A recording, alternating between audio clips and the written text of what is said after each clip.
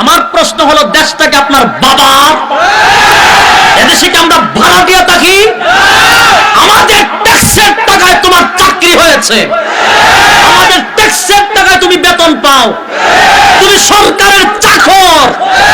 আমাদের উপরে কথা বলার সময় লাগাম লাগায় কথা বলবা। এদেশে কচুরি পানার মতো বেঁচে আসি নাই। আপনি নীরব থাকবেন, আপনার কোনো শত্রু নাই।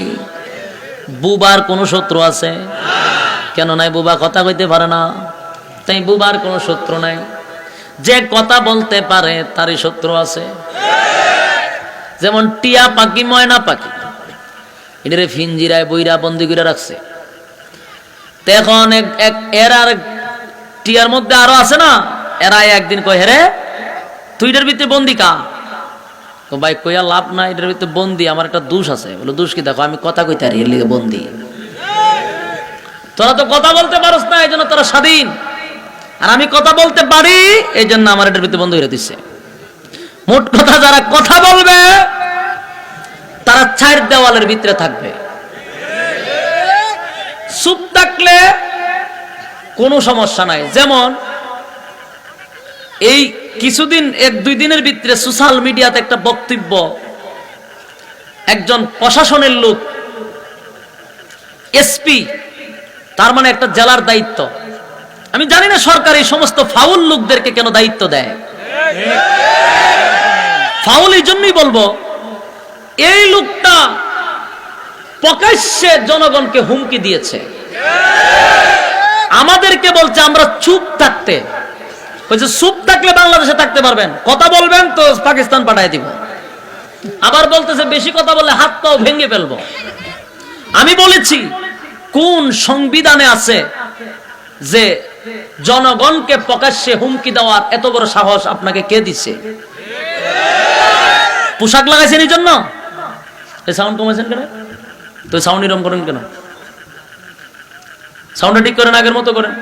আমি দেখতেছি সাউন্ড লড়ছে, আমি কথা বলে বুঝি না, ইসলামী করেন। আমার প্রশ্ন হলো, পোশাক লাগানোর কারণে আপনার কি দাপট বেড়ে গেছে? আপনি প্রকাশ্যে আমাদেরকে হুমকি দিচ্ছেন, হাত পাও ভেঙে দিবেন। আমার প্রশ্ন হলো, দেশটাকে আপনার বাবা, এদেশে কি আমরা ভাড়া দিয়ে থাকি? আমাদের ট্যাক্সের টাকায় তোমার চাকরি হয়েছে, আমাদের ট্যাক্সের টাকায় তুমি বেতন পাও, তুমি সরকারের চাকর। আমাদের উপরে কথা বলার সময় লাগাম লাগায় কথা বলবা। এদেশে কচুরি পানার মতো বেঁচে আসি নাই। হাত পাও ভেঙে দিবা, এত বড় সাহস! প্রকাশ্যে তুমি হুমকি দিচ্ছ। তুমি কোথা থেকে আসছো? বর্ডার পাস করে? আমাদের জানতে ইচ্ছা করতেছে তোমার। বাংলাদেশের কোন প্রশাসন এইভাবে হুমকি দিতে পারে না। জনগণের টাকা খাইয়া জনগণকে প্রকাশ্যে হুমকি দিচ্ছে। আর মাদ্রাসার ছাত্রদেরকে সে হেউ করার জন্য যে সমস্ত বিশ্রী কথা বলেছে, আমরা রাস্তায় রাস্তায় নাকি ভিক্ষা করি। তো ভিক্ষা যদি, হ্যাঁ দাঁড়ান, ভিক্ষা করি আমরা, এটা কোনো দোষের কাজ না।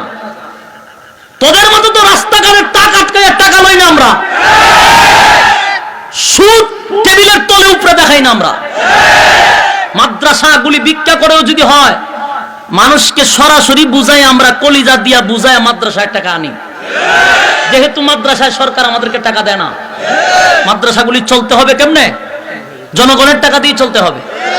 এখানে তোমার খাদ্য আয়, আর তুমি ট্রাক থামাইয়া, গাড়ি থামাইয়া অবৈধভাবে জোর করে 500-1000 টাকা প্রত্যেকটা গাড়ির থেকে নিচ্ছ। এই অধিকার তোমাকে কে দিছে? কথা বলার সময় নিজের শরীরে যে দুর্গন্ধ আছে সেটা আগে দেখেন, অন্যদিকে খাদ্য আয়েন না। 18 কোটি মুসলমানের কলিজা আপনার বহু আঘাত দিয়েছেন। আমি বলবো মাননীয় সরকারকে, আপনার ইমেজ এই সমস্ত কিছু দালাল নষ্ট করতেছে। আপনারা এটা জানা দরকার, এদেশের মুসলমান আলেমদেরকে মহব্বত করে, এদেশের মুসলমান আলেমদের জন্য জীবন দিতে প্রস্তুত। কিন্তু আপনাদের জন্য কোন কুত্তা বিলাইও রাস্তা পড়বে না। আলেমদের জন্য মানুষ জীবন দিতে প্রস্তুত। সম্মানিত সুধী, আমি আপনাদেরকে যে কথাটা বুঝাইতে চাই সেটা হলো, রাসূল সাল্লাল্লাহু আলাইহি ওয়াসাল্লাম চুপ ছিল 40 বছর, কোন শত্রু ছিল না।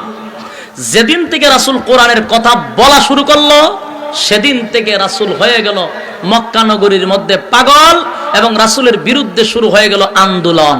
ছিল কারোর সাথে মারামারি করছে, গালাগালি করতো, মিথ্যা বলতো, তারাই তো উপাধি দিল সত্যবাদী। আর আল্লাহর রাসূলের চরিত্রের সার্টিফিকেট আল্লাহ নিজে কোরআনে দিছে। এমন চরিত্র দিয়া পৃথিবীতে আল্লাহ কাউরে পাঠায় নাই। তাহলে এই রাসূলকেও তারা গালি দিছে কেন? কথা বলতে শিখছে এই জন্য। আজকে উলামায়ে কেরাম চুরিও করে না, ডাকাতিও করে না, দর্শনেও নাই, কোন দুর্নীতি নাই, চাল চুরিত নাই, ডাল চুরিত নাই, তেল চুরিত নাই, দুর্নীতিবাজের মধ্যে নাই, সাদাবাজির মধ্যেও নাই, কোনো দিকেই নাই। এরপর বারবার আমাদেরকে বিভিন্ন অপবাদ দিয়া কণ্ঠ নিস্তব্ধ করার একটাই কারণ, কথা বলতে পারি এই জন্য।